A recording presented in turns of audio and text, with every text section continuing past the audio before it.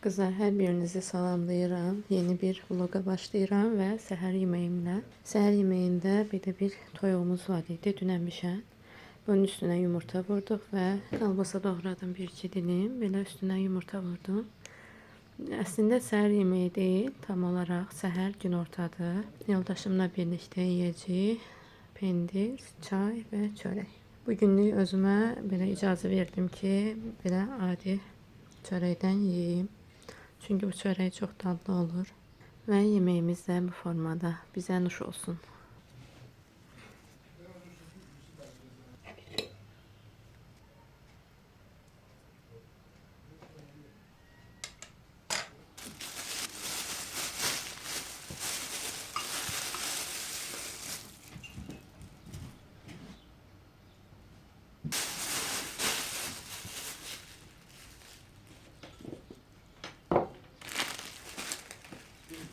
Səhər yeməyimizi yedikdən sonra keçirəm mətbəxi təmizləməyə. Mən bu aralar siz bildiyiniz kimi qara çörək yeyirdim, amma bəzi günlər olur ki, özümə icazə verirəm və normal ağ çörəkdən də yeyirəm. Əvvəllər mən ancaq ağ çörək yeyirdim və bundan sonra fikir verdim ki, artıq çəkim artmağa başlayıb. Amma qara çörək yedikdən sonra və yediklərimi nəzarətdə saxladıqdan sonra fikir verirəm ki, çəkim artmır, olduğu kimi qalıb. Düzdür, elə də çox arıqlamamışam, amma ən azından çəkim artmır və bu mənim üçün sevindirici bir haldır.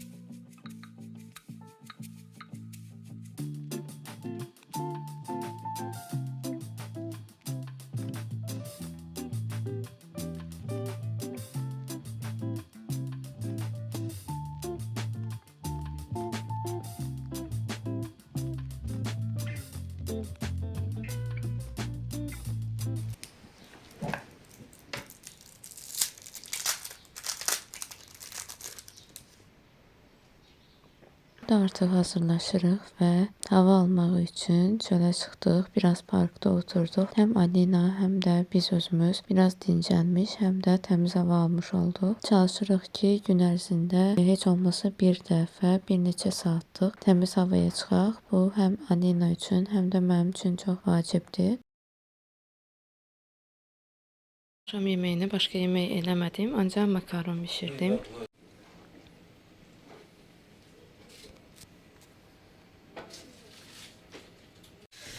Kızlar, pankek hazırlayıram. Burada qoydum tavanı qızsın. Biraz yağ tökdüm və salfetka ilə sadəcə sildim. Baxın, belə etdiyimiz zaman çox yağ yoxdur. Burada da 3 yumurta, 3 qaşıq şəkər tozunu çırpdım əvvəlcə. Yaxşıca qarışdırdım. Bundan sonra da çox az qabartma tozu, birazca da vanildən istifadə etdim. 2 qaşıq qatıq, 1 qaşıq yarım duru yağdan və ən sonda da bir neçə qaşıq da un əlavə etdim. Və bu formada bir xəmir alındı. İndi də pankeklərimi hazırlayacağım. Yəni, belə oldu. İndi biraz tökdükdən sonra baxacağım tavaya. Eğer xəmirim durudursa, birazca da un əlavə edəcəm. Mənə nəsə duru kimi gəldi. Pankeklərim hazırdır. Düzdür, biraz səliqəsiz görünür, amma ləzzətlidir. Və un da əlavə eləmədim. Elə dedim, bu formada olsun. Belə nazikliyi də belə oldu. Bunu da bizim evin yanında açılan Hokka mağazasından almışdım 90 qəpiyə. Hələ istifadə elədiyim var deyə bunu istifadə etmirəm.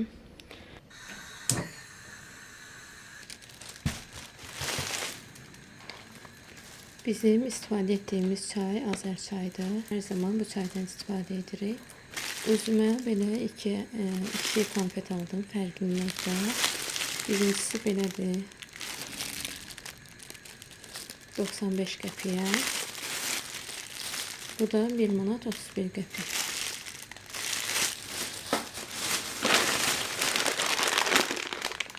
Bu makaronlar endirimdə idi. 95 qəpik idi, səhv etmirəmsə. 3 dənə də bundan aldım.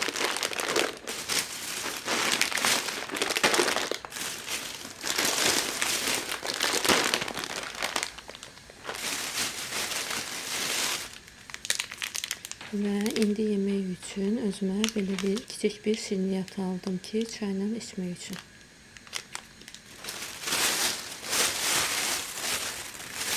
Və bir də soğan aldım.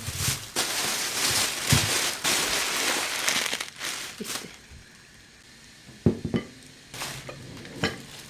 Kızlar, biz şokolad demək olar ki, heç yemirik. Sadəcə mənim bəzi şirniyyatlarım var çayla içəndə. Onları yeyirəm. Bunlar da artıq çoxdan bizdədir və köhnədir. Bunları məcburam ki atım. Çünki artıq çoxdandır ki, bəlkə də 1 ildən çoxdur ki, bunlar var, qalıb. Və baxın nə qədər qalıb. Əslində əlim gəlmir atmağa, amma məcburam, çünki artıq çox köhnəlib. Bu arada sual verə bilərsiniz ki, bəs yemirsinizsə niyə almısınız? Onları biz almamışdıq. Sadəcə qonaq gələndə gətirilən konfetlərdir ki, əslində mənim sevdiyim şokoladdır. Sadəcə mən istəyirəm ki, biraz ara verim şokolad filan yeməyə. Ona görə də onlar elə uzun müddət ki qalmışdı. İndi bunları yuyacağım, çünki bunlar da biraz tozlanıb.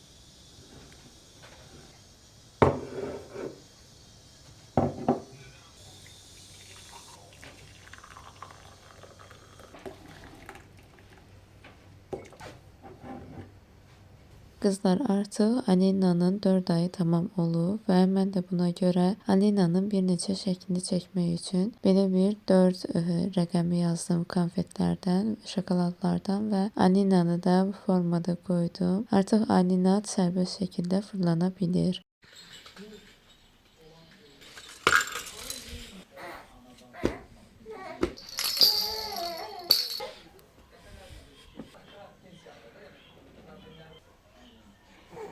Növbəti gündən qızlar sizi salamlayıram və mən günümü artıq rutinlərimi etdikdən sonra özüm də yeməyimi yeyirəm və gəlirəm Alinanı qoyuram yerdə biraz fırlansın. Alina ilk dəfədir ki, özü sərbəst şəkildə fırlanır. Düzdür, bunu sizin üçün çəkə bilməmişəm. Bundan sonra gedirəm hamama. Sizinlə bir məsələ haqqında danışmaq istəyirəm. Mən hamiləlik müddətində saçım demək olar ki, heç tökülmürdü. Amma hamiləlik bitdi və 3 aydan sonra saçlarım başladı tökülməyə və hələ də saçlarımın tökülməsi davam edir. Düzdür, mən bunu eşitmişdim. Normal bir hal olduğunu bilirəm, amma yenə də bu insanı biraz sıxır. Çünki hər gün nə qədər saçım tökülür və bu məni biraz narahat edir. Bəzən deyirlər ki, uşaq insanın üzünə güləndə ananın saçı tökülməyə başlayır. Amma mən bu fikirlə o qədər də razı deyiləm. Belə bir şərh oxumuşdum ki, biz hamiləlik dövründə bir çox vitaminlər qəbul edirik və bizim saçlarımız çoxalmağa başlayır, yeni saçlar çıxır. Buna görə də hamiləlik bitdikdən sonra artıq süd vermə prosesində biz artıq o vitaminləri qəbul etmədiyimizə görə başlayır yeni çıxan saçlar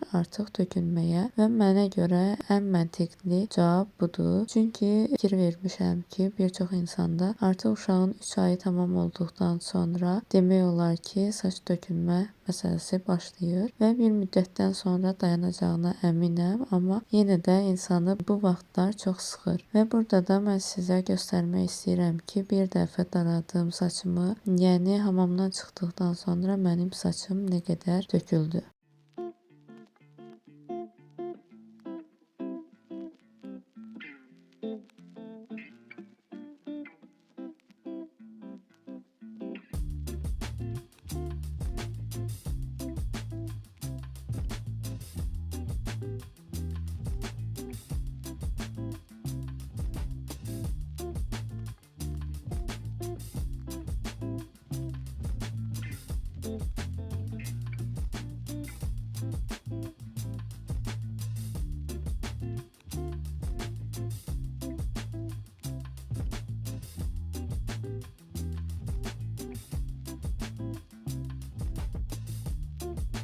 Bundan sonra da gəldim otağa. Alinanı bu günlərdə daha çox yerdə qoyuram ki, o fırlanmağı sərbəst şəkildə, daha yaxşı şəkildə öyrənsin. Və burada da vloqumu sonlandırıram. İzlədiyiniz üçün təşəkkür edirəm. Növbəti vloqlarda görüşmək ümidi ilə hələlik özünüzə yaxşı baxın.